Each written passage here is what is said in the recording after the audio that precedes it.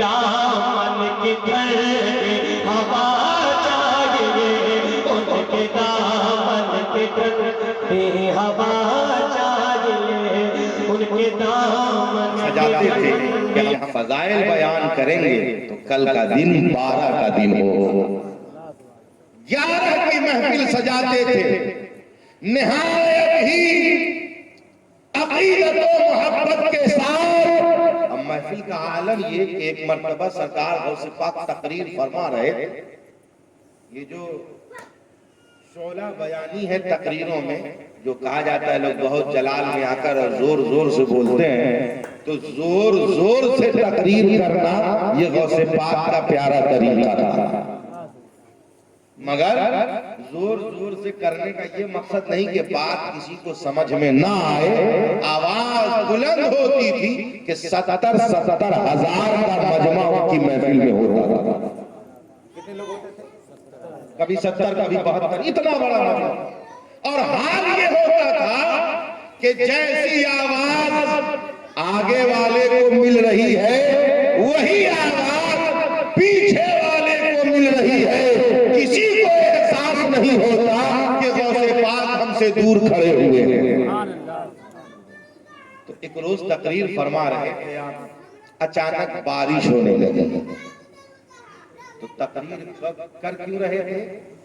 اللہ پاک کی پیاری بات، اللہ کے رسول کی پیاری بات اللہ کے بندوں کو سنا رہے ہیں، رسول پاک کی امت کو سنا رہے ہیں۔ اچانک بارش ہونے لگی۔ جب بارش ہونے لگی تو لوگ بھاگنے لگے دائیں بائیں۔ بارش ہو تو لوگ بھاگیں گے ہی نا۔ جب لوگ بھاگنے لگے تو غوث پاک نے بھاگنے والے لوگوں سے نہ کہا کہ تم ٹھہر جاؤ، کہا مولا، اور بادل کی طرف اشارہ کیا، کہا میں لوگوں کو بٹیرتا ہوں، میں لوگوں کو اکٹھا کرتا ہوں اور تم سب کو بکھیرتے ہو۔ اتنا کہنا تھا کہ بارش محفل کے پاس پاس ہونے لگی، مگر جہاں پہ محفل ہو رہی ہے وہاں بارش کا قطرہ بھی نہیں ٹپک رہا۔ بس اتنا کہا کہ ہم اللہ پاک کی پیاری بات کو سنانے کے لیے لوگوں کو یکجا کرتے ہیں، اور تم ہو کہ برسا کر لوگوں کو منتشر کرتے ہو۔ لوگ جو بھاگ رہے تھے وہ سب پھر سے سمٹ کر آ گئے غوث پاک کی محفل میں۔ حضرات محترم، کیا سبق ملا؟ اگر مقصد یہ ہوتا کہ ہماری محفل بھنگ ہو رہی ہے تو بادل کو کنٹرول کر پانا، ہماری محفل بھنگ ہو رہی ہے یہ نہیں تھا، اور بلانے کا مقصد بھی یہ نہیں تھا کہ لوگ ہماری تعریف کریں، بلانے کا مقصد بھی یہ تھا کہ اللہ کے پیارے رسول صلی اللہ علیہ وسلم کے دین پاک کا پرچم بلند و بالا ہو جائے، اللہ کو راضی کرنے کا مقصد تھا۔ تو لہذا آنے والے لوگ بھی کامیاب ہو گئے اور سنانے والے میرے غوث بھی کامیاب ہو گئے۔ حضرات محترم، اس لیے گزارش ہے کہ دیکھیے، محفل کو مقبول کرانے کے لیے دونوں کا بہتر ہونا ضروری ہے۔ کس دونوں کا؟ سننے والا بھی بہتر ہو اور سنانے والا بھی، سننے والوں کی بھی نیت بہتر ہو اور سنانے والوں کی نیت، دونوں کی نیت۔ نبی پاک صلی اللہ علیہ وسلم کی بارگاہ میں نماز ادا کرنے ایک شخص چلا آیا بغیر وضو کے۔ نماز میں کھڑا ہو گیا بغیر وضو کے۔ نبی پاک صلی اللہ علیہ وسلم نے امامت فرما رہے ہیں۔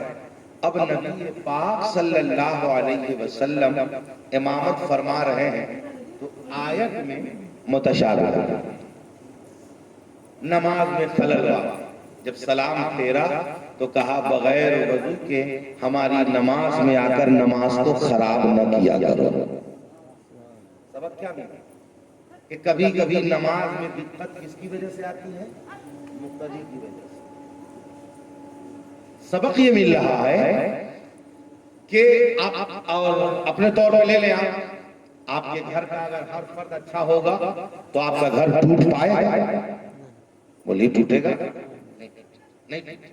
ایک آدمی ٹوٹ جائے گھر کو توڑنے کے لیے کافی ہے، آپ کسانی کرنے والے ہیں، کھیت میں پانی پٹا رہے ہیں، سارا مزدور ہے، ایک بڑا سا ایریا ہے، اس مزدور نے کیا کیا کہ پانی کا جو مین رخ ہے پائپ کو لے کر دوسرے کے کھیت میں گھما دیا. آپ دن بھر کھڑے رہیے، آپ کے کھیت کا پانی بھرے گا. کیوں؟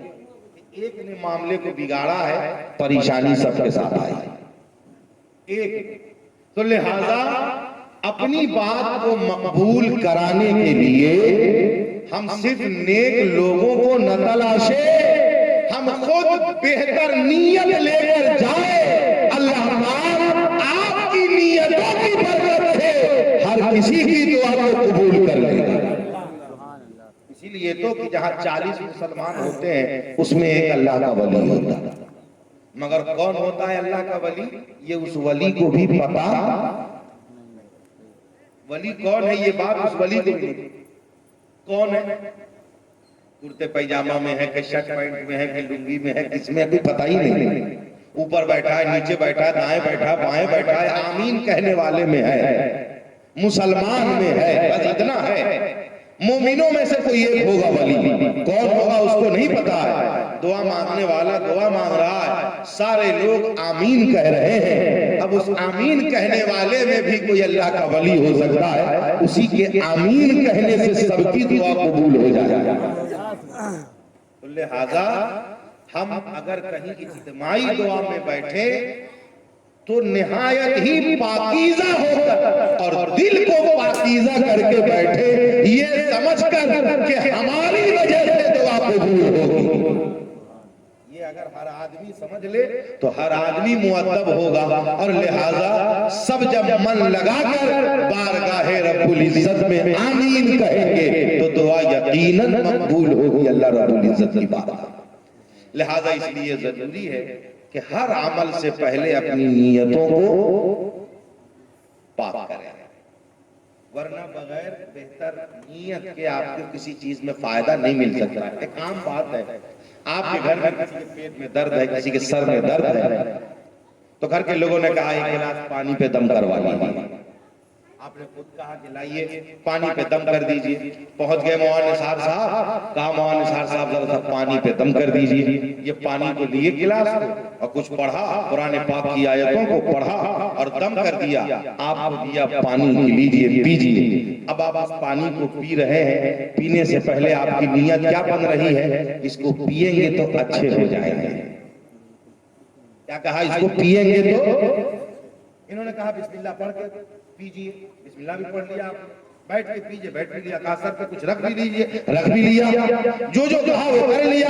اور نیت کیا کیا کہ اس کو پیئیں گے تو اچھے ہو جائیں گے. اب آپ پانی پی رہے ہیں، اچھے ہوئے. کمال کی بات ہے کہ اس پانی میں ایکسٹرا کچھ انرجی تو آئی نہیں، کچھ ایکسٹرا کیمیکل تو ڈالا نہیں گیا. یہ وہی پانی ہے جس سے اب تک آپ پی رہے تھے، اس کے بعد بھی آپ پیئیں گے. اس سے پہلے بھی اسی پانی کو پی رہے تھے، اسی گلاس میں پی رہے تھے، اسی ہینڈ پائپ کا پانی پی رہے تھے. مگر اب اس پانی میں فائدہ کہاں سے میسر ہوا؟ تو ایک تو یہ کہ قرآن پڑھ کے دم کیا گیا ہے، مگر سب سے بڑی بات یہ ہے کہ آپ نے نیت کر لی ہے کہ اس پانی سے ہمیں فائدہ ملے گا.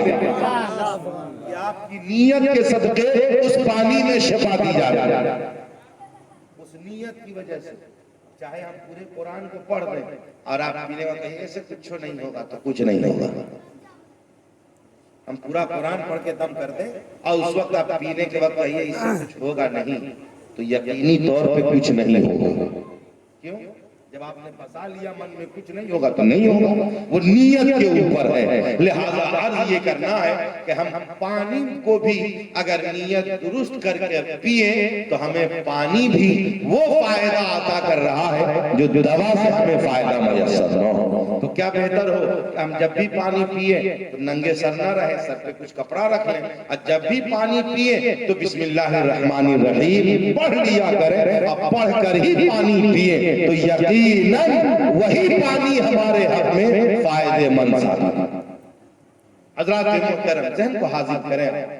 دیکھیے سرکار غوث پاک کو دنیا میں لوگوں نے اس انداز میں پیش کیا کہ وہ بہت بڑے اللہ کے ولی تھے.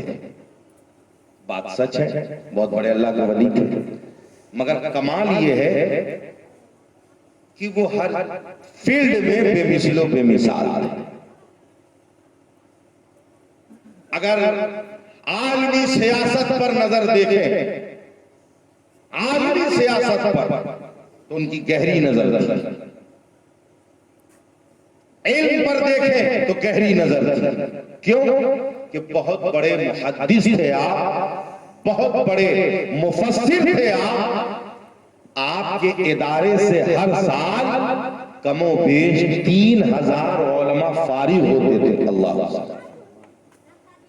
یہ سب معمولی نہیں تھے. اس قدر تربیت یافتہ ہوتے تھے سب کہ آپ نے حضرت صلاح الدین ایوبی کا نام سنا ہے؟ سلطان صلاح الدین ایوبی کا نام سنا ہے آپ لوگوں نے؟ جنہوں نے مسجد اقصی کو آزاد کرایا تھا یہود و نصارہ. حضرت سلطان صلاح الدین ایوبی کی فوج میں جو لوگ تھے تو بڑی تعداد میں فارغین علماء حضرت غوث پاک کے مدرسے کے تھے، اور کچھ علماء حجت الاسلام حضرت امام غزالی کے مدرسے کے فارغین. یہ علماء تھے فوج میں شامل. جو ان کا چیف سیکریٹری تھا حضرت سلطان صلاح الدین ایوبی کا، وہ غوث پاک کا دیوانہ بھی، شاگرد بھی، اور آپ کی بارگاہ کا خادم بھی. حضرات محترم، مستقبل ماضی میں آپ نظر اٹھا کر دیکھیں، مذہب اسلام کی ترویج و اشاعت کے لیے جو قدم بڑھایا ہے وہ صرف سیاسی طور پر مضبوط نہیں، وہ عملی طور پر بھی بہت مضبوط تھا. وہ نبی کریم صلی اللہ علیہ وسلم کی سنت پر عمل کرنے میں بھی بہت آگے تھا. لہذا جب دل میں عشق رسول بس جائے گی تبھی جا کر ہماری زندگی میں انقلاب آ پائے گا. مگر حال یہ ہے کہ بغیر عشق محمد کے، اور ہم یہ سوچیں کہ مذہب اسلام کی ترویج و اشاعت ہم سے ہوگی تو نہیں. ہمارے نام کا پرچار تو ہو سکتا ہے مگر ہمارے جانے سے کوئی اسلام کا نقصان نہیں ہوگا، کیونکہ جب ہمارے رہنے سے اسلام کا فائدہ نہیں ہے تو ہمارے جانے سے نقصان کیا ہوگا. حضرات محترم، اس لیے گزارش ہے کہ آپ اپنی ذمہ داری کو سمجھیے. آپ کی پہلی ذمہ داری ہے کہ آپ بھیجے گئے ہیں اللہ کی عبادت کے لیے. یہ آپ کی پہلی ذمہ داری. سرکار غوث پاک نے عبادت کرنے کا، ابھی آپ نے سنا امام صاحب سے کہ 15 برس تک ایک پیر پر کھڑے ہو کر غوث پاک ایک ختم تلاوت کلام پاک کرتے رہے. کتنے برس؟ اب بولیے یہ بات آپ کو تسلیم کرنے کو تیار ہے؟ بولیے یہ آپ کا پلین قبول کرے گا؟ ایک پیر کو کھڑا کر لیا، ایک پیر پہ کھڑے ہو کر ایک ختم تلاوت کلام پاک کم سے کم اگر کنٹینیو پڑھا جائے تو 6-6.5 گھنٹہ لگے گا. کیا ہے؟ اگر 20-20 منٹ بھی ہو ایک پارے میں لگے تو 20 × 60 کتنا ہوا؟ 6 گھنٹہ ہوا. 6 گھنٹہ درکار. اب آپ ذرا سے سوچئے، ایک ختم کلام پاک کی تلاوت ایک پیر کو کھڑے کر کے، تو کیوں کہا جانتے کیوں؟ دیکھیے اس کی وجہ یہ تھی کہ جس دن غوث پاک سوچے کہ آج ہم جائیں تلاوت کرنے، دل نے کہا، اس نے کہا نفس، دل سے آواز آئی کہ چلیے تھوڑی دیر سو لیتے ہیں، پھر بعد میں اٹھنے کے بعد اس کام کو کر لیں گے. اس نے کہا تھا، دل نے کہا تھا کہ تھوڑی دیر سو لیجئے، تھکے ہوئے، اب پھر اٹھیں گے تو پڑھ لیں گے. بس غوث پاک نے کہا، دل نے کہا ہے سو لیں، اب ہم سوئیں گے نہیں، ختم پڑھ کر کے سوئیں گے. اور اس دل کو اتنا تکلیف دیا، اتنا تکلیف دیا، پیر اٹھا لیا، کہا لو اے بدن تجھ کو آرام چاہیے، لو تیرے آرام کو چھین لیتے. چھین لیا آرام، ایک پیر کو اٹھا لیا. تکلیف کس کو ہے؟ ہاتھ کو تکلیف ہے، پیر کو تکلیف ہے، پوری بدن کو تکلیف ہے، پورے جسم کو تکلیف ہے، اور تکلیف دے رہے ہیں اور یہ بتا رہے ہیں کہ تو نے کہا ہے کہ سو لے، اٹھنے کے بعد پڑھیں گے، تو اب ہم سوئیں گے نہیں، ختم کلام پاک کر کے ہی سوئیں گے. مگر اب بتائیے غوث غوث پاک نے کیا سبق دیا؟ یہ بات لکھ کیوں ہوئی؟ اس بات کو آج تک بتایا کیوں جا رہا؟ اس بات کو سنایا کیوں جا رہا؟ کیا غوث پاک کا امیج بڑھانے کے لیے؟